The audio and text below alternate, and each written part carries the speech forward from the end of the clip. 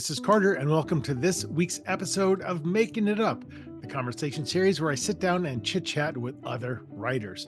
And before I get to this week's guest, I just want to mention a couple things. One, my new book is out. The Father She Went to Find was released yesterday, so that'll be several weeks ago by the time this episode is launching. But it came out on April 2nd. It's my ninth thriller. I love this book. I got really attached to my character Penny. So check it out. Support me if you feel like it. Buying books are important. Reviewing books are important. All that stuff really helps out. So if you're inclined to read a thriller, check out The Father She Went to Find. I will also mention that if you head over to my website, carterwilson.com, you can check out all my books there. And you can also see my links for my writing company. And you can also go to unboundwriter.com. And there you can check out my one-on-one coaching and mentoring services, my in-person writing retreats in Boulder, Colorado. And we're soon going to be launching online classes. In fact, I just recorded my first online class on the writer's psychology. So I think that's going to be great. And I hope you're going to like it. So please check that out.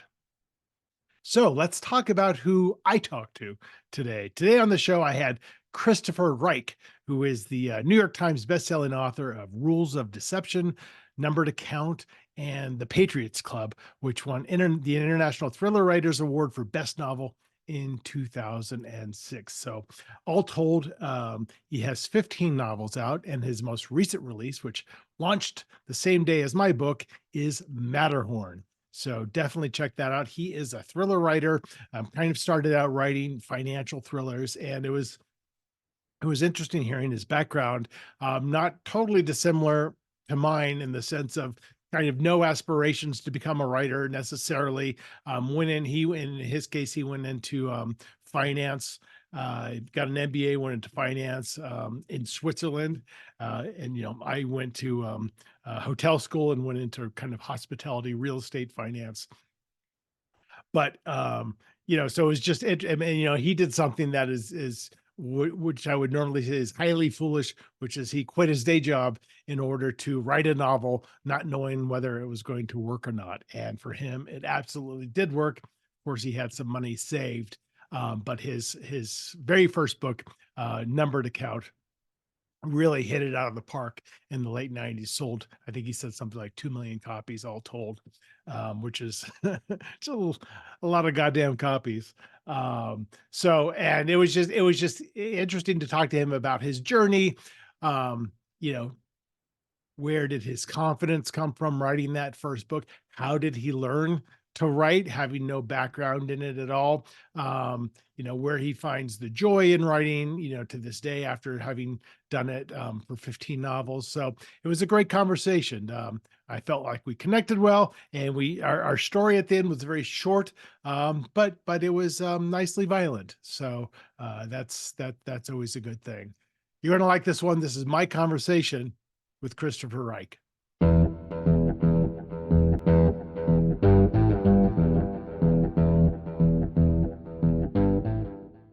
I get sent a lot of books that I'm sure you are as well. And there's only so much you can do. No, I have so many books just by my bed that I don't read that I keep buying. It's like, oh, I want to read that one. And it just kind of sits there for a while. Yeah, I know. It's funny. I'm in the middle of reading a lot of thrillers right now. And then like last night, I just impulsively bought a nice nonfiction. I'm like, I just need to disappear somewhere else for a little bit. I tend to gravitate towards nonfiction. So I like these are all your books up there that you've written. The Girl in 2A. That's a new one. Is that a Girl in C2A or what's it called? Yeah, That's The good. Dead Girl in 2A. Yeah, I like it. And that was always a confusing title because a lot of people think that means there was like a murder mystery in an apartment, but it's actually a woman on an airplane. Got it. And I think you and I were doing the same kind of podcast the other night or Monday night or something like that with Sarah DeVello. I think I was on right before you. Okay, she's very active. Yeah. Ebullient, I think is the word. Ebullient, yeah. She sounds like she was like a radio DJ, I thought so. But it was good. She was great. Very nice. Yeah, because my release came out yesterday, and then yours is out in May, right? Which is, no, mine is out yesterday too, or Oh, Monday. yours Mine was out is out yesterday. The Monday. Matterhorn. Yeah, it came out Monday. Oh, for some reason I was thinking it was out on in May. Mine was The Father She Went to Find. So that's I think I'm slowly catching up to you. That was my book number 9, but you're more than Wow. that. I'm at 15, but I should have more. I've been, I get successful and I slow down for a while. So, but that's how so how long Mistake. have you been writing for that you have 15? I'm always curious Uh, about production. well, I've been writing since my first book came out in 1998, January 98. Number to Okay. count. A long time ago. Yeah, yeah, Oh yeah. yeah. My first came out in 2012, but it took 9 years of writing to get and 3 unpublished books to get to that first That's published okay. But book. now you're on a book a year treadmill. Yeah, more or less. But the one that just came out took about 2 years because there was like crazy extensive rewrites to it, Uh-huh. which actually meant changing the whole thing from third person past to first person present, and that took Uh, I about four I never months. write first person. That's a different skill. I don't know. It just the book is so different when you write first person. Totally. It really brings the focus down just a bit, it's first person, what the guy can see and what he feels. I was just reading last night. My wife gave me the one, The Silent Patient by Hmm. Alex McLeod, which is sold Yeah. like a gazillion copies. Right. A gazillion. And he's a master practitioner of first person. So I almost exclusively write first person present. okay. And I think that's like kind of synonymous with finding your voice. Is like when you find the POV. I mean, I know you have story considerations about how you want it to be told, but I think what comes naturally to you, what when you're writing, you're like, oh my God, that felt just right. It felt good. Mhm. And I started doing that with my third published book, and then I'm like, this just feels so. I that's how I tend to write, and then I second guess myself on this last book because the That's what's selling a lot these days is these first person books. Starting with I don't know if Gone Girl was, but a lot of these, all these ones that are like the unreliable narrator. right, and again, if you have a lot of information you need to convey, it's not the best POV to write Right. from. But Uh, if you really want to get into the paranoia and right, like you said, the unreliability of the human mind, I think it's powerful. But again, it's just what comes easiest to me. Um, yes. so just kind of going. So where are you? Where do you live? I live in Newport Beach. I am coming to you Oh, from Newport Beach, sunny Newport beautiful. Beach today. It's beautiful. It was been raining all weekend, and now it's absolutely the way it's supposed to be in Southern Are California. are you? I grew up in Southern California in LA County up in Westlake Village, Thousand Oaks area. Got it. Are you from California I originally? grew up in West LA, right near UCLA. I went to All Harvard right. School. Now it's Harvard Yep. Westlake. When Yep. I went, it was Harvard School for boys. Yep. Yep. I definitely know of it. Yes, I have a lot of my friends even now live out in Westlake. Beautiful. I remember when I grew up, it was a haul to get out there. You get on It the is. Yeah. 101 and there was nothing there for 20 miles. And all of a sudden, boom, here's Westlake. I know. And Not it's too long. crazy now that I've got kids who are in college. I think about like them driving and stuff like that. I'm like, as a 17-year-old, I would drive into LA, like Yeah. just with a buddy. And I'm like, that's insane. Like the 101 to the 405. And you're like, I would never let my kids do that. So is Calabasas past you, or where's Calabasas in relation to Past West Village? a little bit further north. Yeah. Even further Yeah. north. Okay, got it. Yeah. All Yeah. right. Yeah. And then, what did you have? I'm always curious about, childhood inflection points. Do you recognize in yourself like, oh, this was a pivotal moment in my teenage years where I was started to get interested in the idea of writing, or did it just come to you later on? No, it came to me later. I was very much career driven going into college. I went to Georgetown and Hmm. then I wanted to be in finance pretty much. I Hmm. came out of Georgetown. It's funny because the worst grade I ever got in a class was a D or a D plus in financial and securities markets. And my first job was as a stockbroker. So I did that. Then I got my MBA and I was just on the full Full Wall track. Street, Gordon Gekko, greed is good train. That's, Right. year 1998. And that's what the whole pathos of the country Yeah. was all about, just earning money no matter how. So I went to UT, got my MBA there, and then went to go work in Switzerland. I'm a Swiss citizen, and I had the opportunity to get to work for a big Swiss bank. So that's what I did. And it was So you only were after already a Swiss citizen. Yeah, Yeah. Okay. Through your dual. parents or yeah. My Okay. dad's Swiss, so I have a Got Swiss it. passport and American. Yeah, Got good it. passport Okay. to have. Yeah, I can imagine. It's like I am going to go somewhere neutral for several years. Well, that's funny. We actually have a little bit of a similar. Like I went to Cornell and I went to the hotel school and I was studying hospitality real estate finance. And I'm like, all right, I'm going to be in development. And I ended up getting into hospitality consulting. And I didn't start writing until my 30s. Yeah. But zero aspirations, zero talent for it, zero knowledge of the industry. I just literally started one day. What was your kind of seminal moment with that? Um, my seminal moment, there is a seminal moment. There is an inciting incident. There is like an elf thriller. There is an inciting incident. And so I had worked at the bank, then I left and I ran a watch company. I started and ran a watch company for 6 years in Because Neuchâtel, if you're in Switzerland. Switzerland, I mean, come Yeah. on. Yeah. Banking, you got watches, you got chocolate. So I knocked two of the three off, right? And in my company, though it was based in Switzerland, was owned by a Hong Kong electronics firm. And we just did not see eye to eye. We were actually in the airport in Istanbul, Turkey, in Mhm. Istanbul. And I had wanted to go. We had like the whole afternoon off. I said, let's go sightseeing quickly. And my boss, Tommy Tam, said, no, no sightseeing. I have work to do at the airport. It's like, we're like in What Istanbul. what work do you have to do at the airport? Yeah, I mean, Yeah. who gets the chance to be out here? Let's go see this big blue mosque. And anyway, so we were sitting in there, and I had Carter. I'd already then been thinking about transitioning out and thinking about writing a book. And of course, you write what you know. So I thought I'll write like a thriller, like in a Swiss bank. And so it was in that airport, in that smoky airport, where I grabbed a piece of Turkish airline stationery, which I still have, and Mm. said, I'm going to become a novelist. I'm going to leave and chuck this behind. And I quit my job about 4 months later and moved back to Texas and wrote my first book. Wow. So that's one of the stupidest things the person can do is to quit their job with aspirations to be a writer. It Um, is. I would agree with that. I have a daughter that wants to be a writer, and I say, don't do it. But yeah. I had saved money. I had plenty of money in the bank, and I always say, give yourself the chance to succeed. So I was able to stop, move to Texas, had money in the bank, and I could say, give myself a full year or even longer to write the best book I had. I could. Right. So, I mean, I didn't do this to not sell copies. I said, I'm going to be really successful at this, or I'm just going to go back to being an investment banker. I could go right Wow. back to that. And it just, I got lucky. My subject matter was perfect for the time, and things, kind of fell in my favor. Well, and also having a Swiss setting, I think, is unique and interesting, and it's almost kind of playing off of kind of Follett and Ludlam, and just kind of that intrigue, that European intrigue. I think is always fascinating to American readers.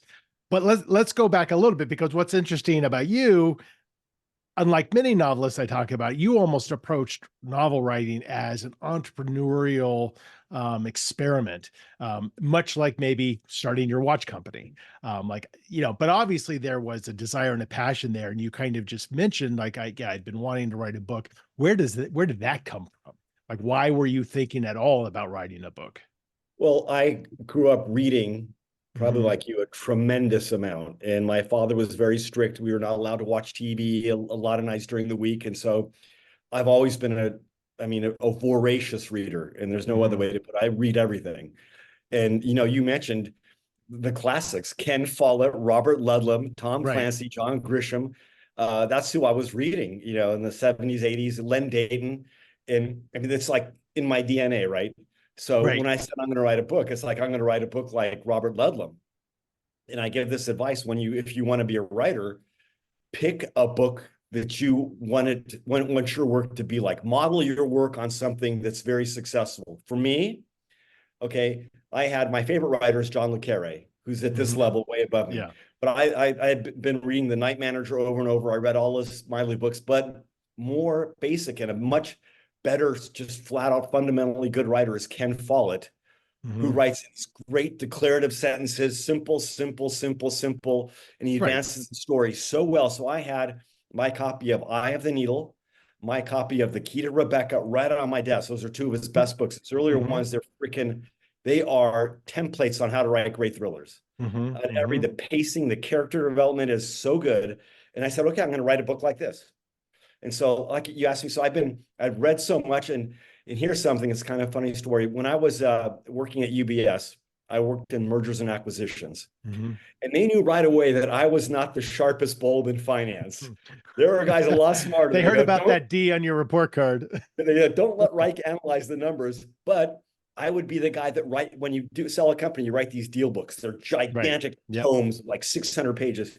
I would be the guy that wrote those books.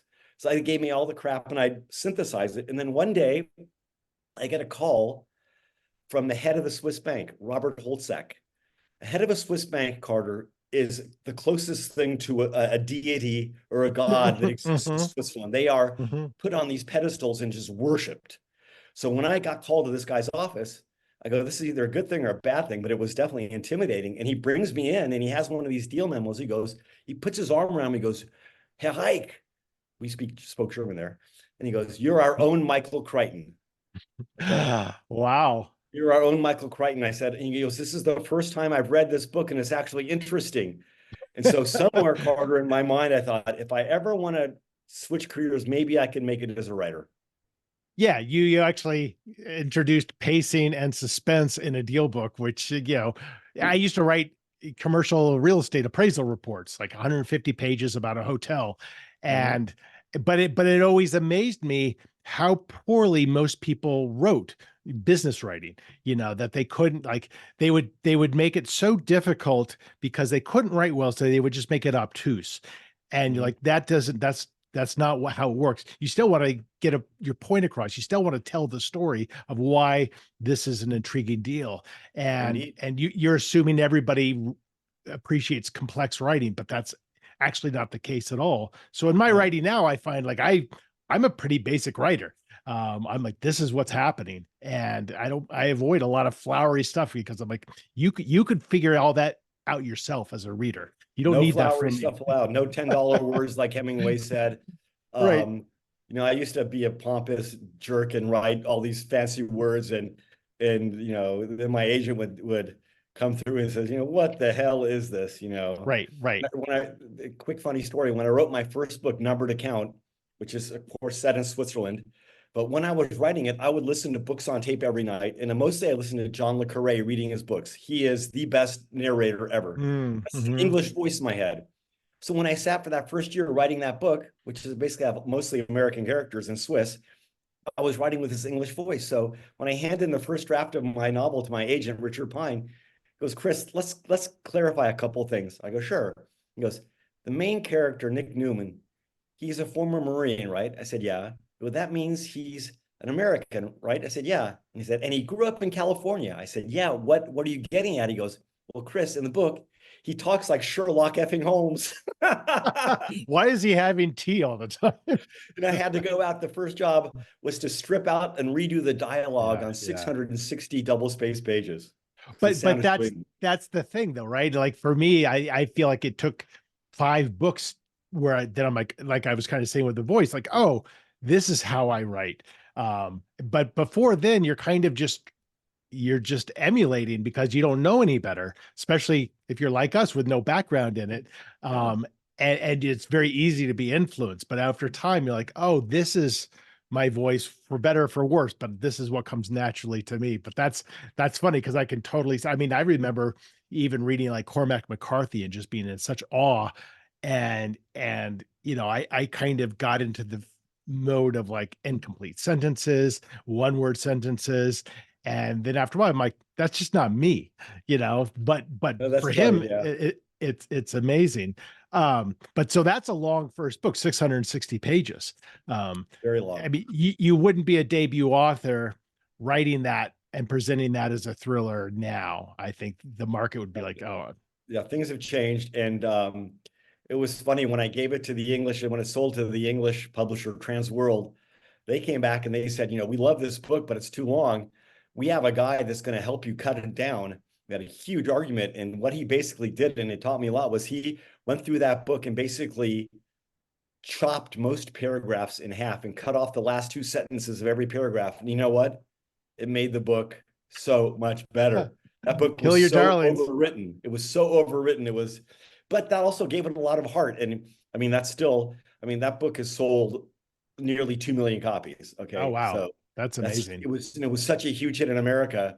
So people responded to that. But you're right. These days, shorter is better. My newest book, Matterhorn, is much shorter. And, you know, my style of writing now is much more concise, not as Mhm. concise as Cormac McCarthy, but it's quicker, more declarative sentences. Yeah. So things have changed dramatically. They are because, and I don't even know if it's something that the author themselves are shooting for or aware of, but the reality of it is, you know, you're fighting for everyone's limited attention span. Um, and readers these days are not as willing to just go on this really in-depth journey with you unless you can really grab them, especially as a mystery thriller writer. So, I mean, all of mine are like 85,000 words almost exactly, and that's never intentional. They just end up that way. Sure. Um, That's a good but number. That's yeah, a but good when I number. go to edit, I'm doing what that guy did. I'm cutting Yeah. out so many sentences, and I'm like, it's faster this way, and it's more interesting, and it's more engaging, but it's a good exercise to go through. You know, Hemingway always said you could tell how good a book is by how many of your favorite sentences you cut out. And I abide by that. That is really good advice. Yeah, yeah, and people are like, "Well, can you use those great sentences somewhere else?" I'm like, "No," but you know, hopefully you'll have more of them as you progress in your writing career. But being able to kill your darlings and let go are two of the things that I teach the most. I mean, because it's so much of it is psychological, you know, and there's so many barriers that most writers have confronting them. But and so many people are striving for perfection. I'm like, your book's never going to be perfect. So Yeah. why chase it? Make it as good as you can in the moment that you're living then. You know, and you go back and you look at your old books, like, that was kind of a piece of shit book or whatever. Like, that's the best I could do then.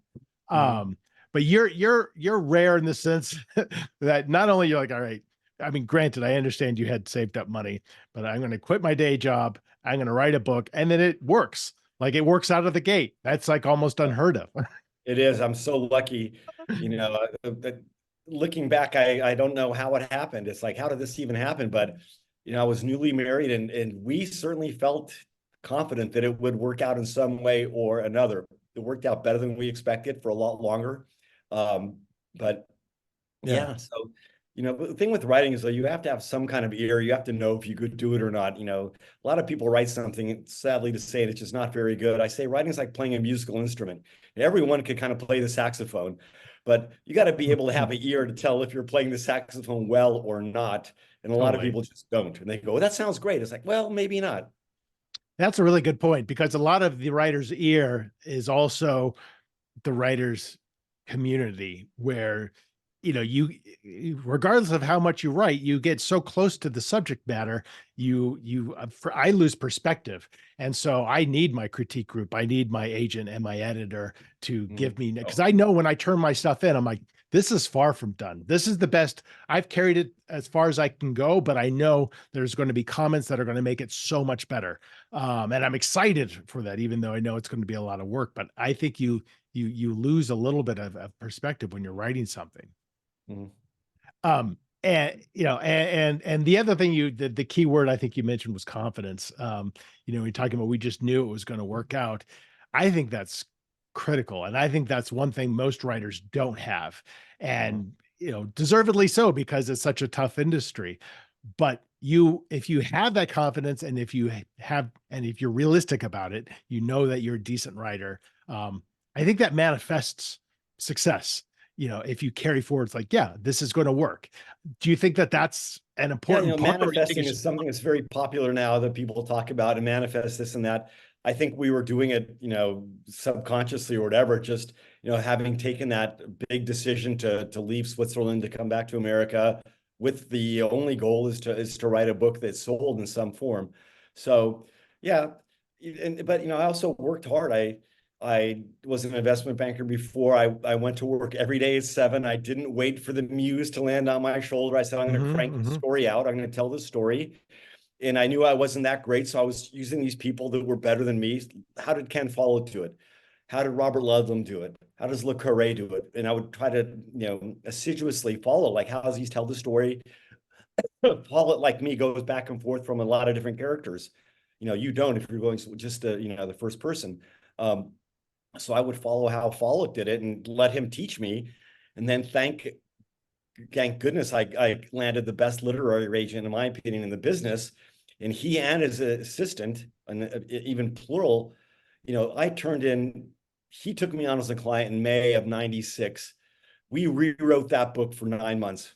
Mm-hmm. 9 months over and over and over again. In those days, Carter, I had to type up and print the copy and send it to him by FedEx Yep. at considerable expense. So I would Right. send it, 600 pages, they need smaller, and I keep saying, what's wrong with it? What's wrong with it? And so finally, without telling me, he goes, oh, by the way, on a Tuesday, I called late January. He goes, well, the book's out for auction. And so it's like, Jesus. what? You didn't tell Yeah. me it's out for auction. And He didn't want to get your hopes guy up.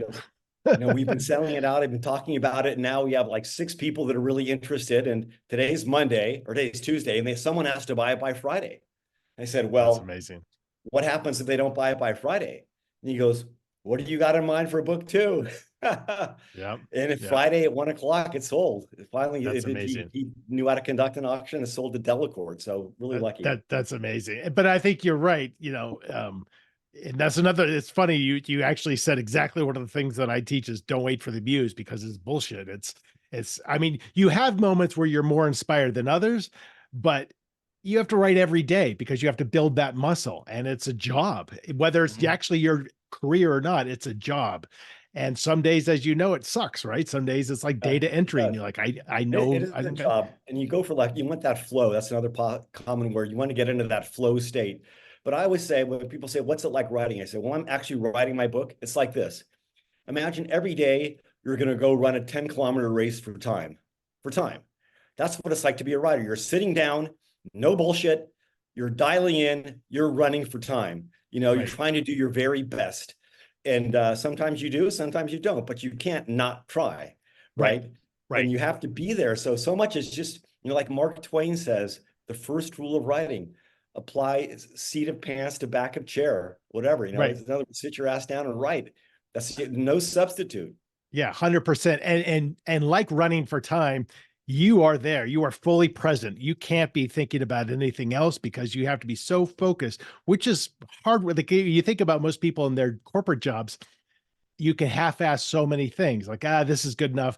And when you're writing, it's like, no, you're creating a story. You have to be so in the moment, and that's exhausting to do. I only write an hour a day. But that is one of the most productive hours of my day that I have, because I'm locked in, but only because I do it every day, and I've done it every day for 22 years. It doesn't matter how long, if you get the work done. Roald Dahl, the guy that wrote Charlie and the Chocolate Factory, Yeah, and who was, one of the greatest writers of our century, he lived in England, and he had a little back house, and he'd go into his back house from 10 till 12, shut the door, no one could, no internet, no telephones, right. but from 10 to 12, he'd do his writing, and that sufficed for him to create this really large body of work that was also incredibly big and best-selling. So, Totally. to each his own, but you just got to sit down and do it.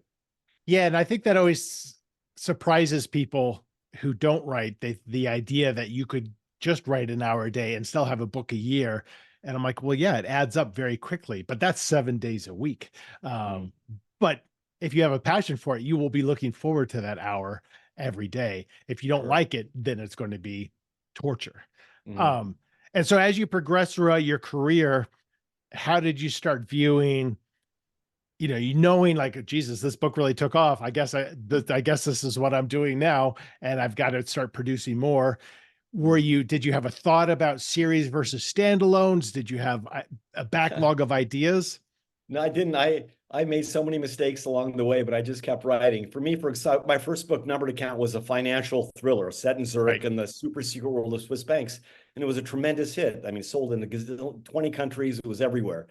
So in my next book, instead of writing like John Grisham would, or Danielle Steele or whatever, staying in their lane, I wrote a World War II thriller called The Mm-hmm. Runner. Now, The Runner landed with, let's say, what's the word, with deafening kind of silence in America, but Hmm. no one wanted to read me that in America. But it was a huge hit in England.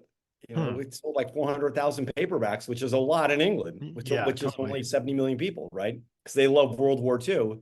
But Right. my point is, I I should have just stayed with finance and gone right at it. But I love World War II. I love historical fiction. So I wrote that.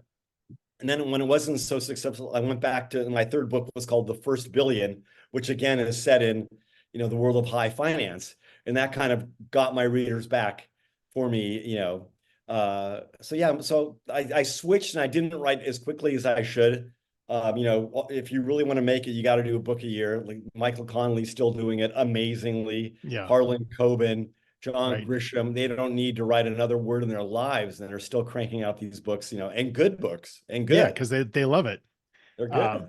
but that shift to World War II is also interesting. I'm sure it took longer too, because all of a sudden, like, I've got a lot of research. Like, this is like, I mean, it's hard. I'm sure it's hard enough writing financial thrillers, but at least it was your background. But I'm sure there's a ton of research you still have to do.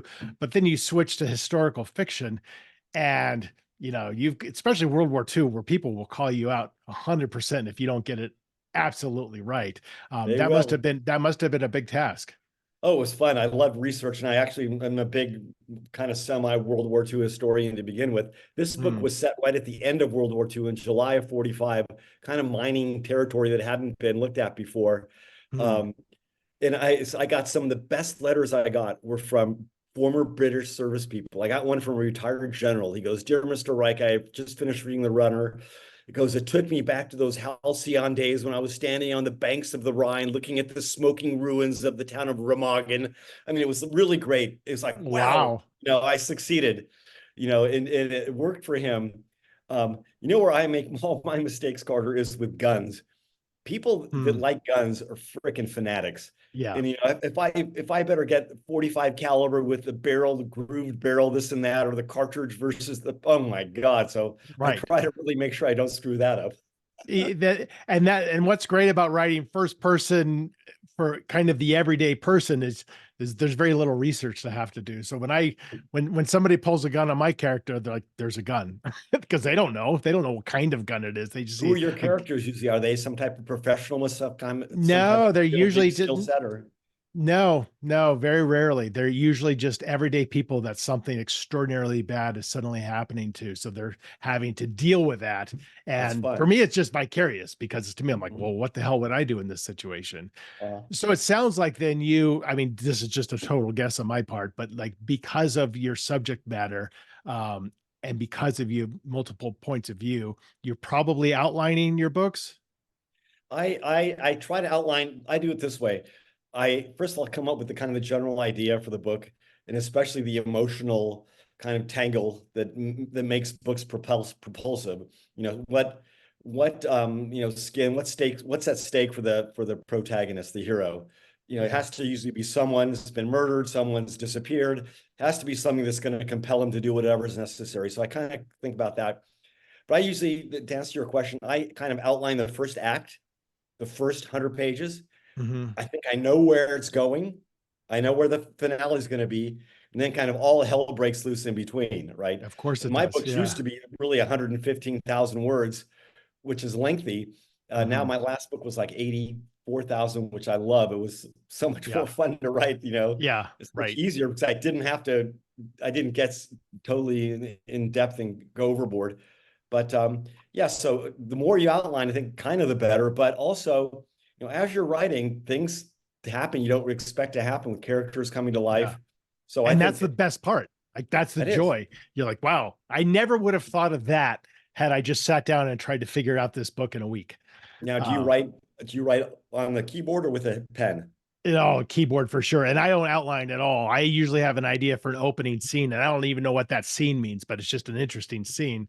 And then to me, it's just like, all right, what happens next? And you get into a huge mess, but it's fun. And then the joy comes into the editing. Sure. But you said a key word there, which I think is interesting to talk about for a minute, especially, because if you think about somebody who writes financial thrillers, it's easy to kind of characterize that as like, okay, this is targeted for a male audience, and who cares about emotion? But you use the word specifically emotion. And I think that's what propels all books, is like making sure, how is your character feeling at all times? And making sure that's being conveyed. How do you think about that when you're writing? Do you think about because you can get so involved in the intricacies of writing a financial thriller that if you don't have that it's easy, maybe easier to overlook the emotional element of it, but I'm sure it falls flat if you don't have that. No, that's what made my first book so successful, Numbered Account. It wasn't just that it was in a Swiss bank, which is interesting. So you're teaching people a lot about something they have no idea about. So that's kind of the draws them in. But it's the story of a guy trying to find the truth about his father's murder. And you have to Mhm. go really into depth about how the main character's life was so adversely affected by the absence of his father. And especially, so many sons need to understand where he came from, what's his dad like, was his dad really a bad guy or a good guy? So there's a lot of stuff to mine there, emotional baggage to get to the bottom of. And that's what makes the book interesting, because the character starts at one place at the beginning, ends up better, hopefully better, with a lot of resolution by the end. So, Yeah. my latest book, Matterhorn, it's about a CIA guy who's out in hiding had to go into hiding for 8 years. And then he discovers his son gets killed on the Matterhorn, and he Mm. didn't know his son was in the CIA like him, because he'd been hiding. And so he has to come out of retirement to do whatever's necessary, risk his own life, risk other people's lives, to find out who it killed his son and what his son was involved in. And that's a good story. Yeah, I mean, if you layer on emotional context onto a character who hasn't really maybe experienced that extreme amount of emotion before, and especially if they're a professional, I love the idea that it unsettles that character enough where they make decisions that are outside of what they've been programmed to do, for Absolutely. better or That's for really fun. worse. And that makes it like a lot more interesting, I think. Well, that's where the tension comes from. It's like suspense, right? It's like you're not Right. supposed to be able to do this stuff. It's like the reader, you're on the edge of your seat saying, holy crap, he's in deep trouble. He's Right. not going to get out of this hot water. And Right. that's the escapism the readers want. That's why you pick up a book. I just Right. read a really good book called The Spy Coast by Tess Gerritsen, and it Hmm. was the best ones I've read in 6 months. It was just Yeah, really she's fun. great. She's great. I didn't know she was such a great writer. I feel like an idiot. She's a fantastic writer, but she switches between first person and third person Hmm. um, very effectively, very effectively. But it was just about characters you care about right from the beginning, a great setup, just a fun book. And after 15 books, do you, on the business side of things, do you try to do anything different? Does it feel the same with every launch? Are you always looking for like, oh, I want to like maybe switch to a different X, Y, or Z in order to try something new? The business has changed tremendously since, when I Sure. started. When I started, you come out with a book. If it was good, you got a full page ad in the New York Times. Right. Uh, I you can't got even imagine. you depended upon reviews. I had my book Rules of Deception, which I'd had a couple kind of not bombs, but they weren't really doing well. And then I wrote this book, and it got the most insane press coverage, and full page or a front page review in the New York Times, top of the Wow. page, rave review. And I was watching the Amazon numbers. I was flying in from Chicago, and when I got on the plane in Chicago, it was number 200 on Amazon. When I landed, it was number Hmm. three of all Hmm. books sold, because of Hmm. that one incredible review by Janet Maslin for Oh, Rules of geez. Deception in 2008. And part of the last book that she had reviewed so positively was the Da Vinci Code, and Wow. of course, which is the biggest selling thriller of all time. But Yeah. because of this one review, I mean, it was just the sales went bananas, in Barnes and Noble and everything. And my point is that the importance then of kind of the nation coming together, they rely on one piece of information to tell them, what they want to buy. Doesn't happen anymore. It's so No. fragmented. People don't read newspapers. People get their information from their own little silo, from the Instagram, from TikTok, Book Talk, whatever they call it now, Facebook. It's just so much harder to reach at once a broad market. So that's changed for me.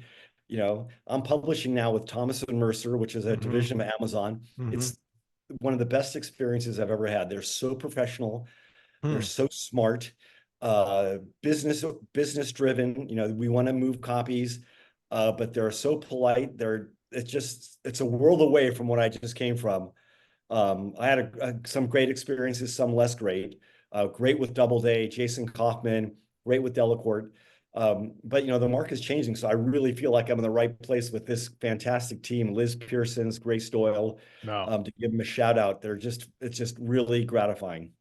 Yeah, and it is fragmented, but on the other hand, you have more people who have a voice about somebody's book than ever. So if you have a TikTok influencer who just loves your book, they've got a big audience that Oh, would not be reading New York Times reviews necessarily.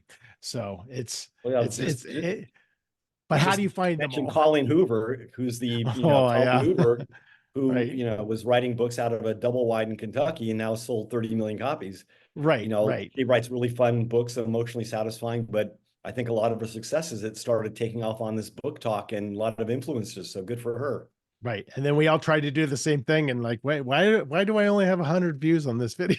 Yeah, exactly. You all guess.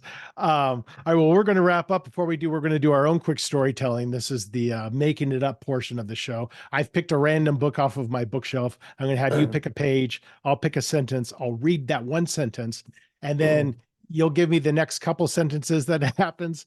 Then I'll do a couple sentences, and then after like 2 minutes, we'll kill it off. Perfect. Let's do It it. goes very fast, but speaking about authors who kind of writing outside their lane, I have John Grisham's A Painted House, I have which read that book. might be my favorite book by his. I read this book and I was so blown away because you just think like, all right, this guy does great legal thrillers, but all of a sudden, like, Jesus, this is a very heartfelt book. So I love this one. So give me a page between 1 and 450. 212.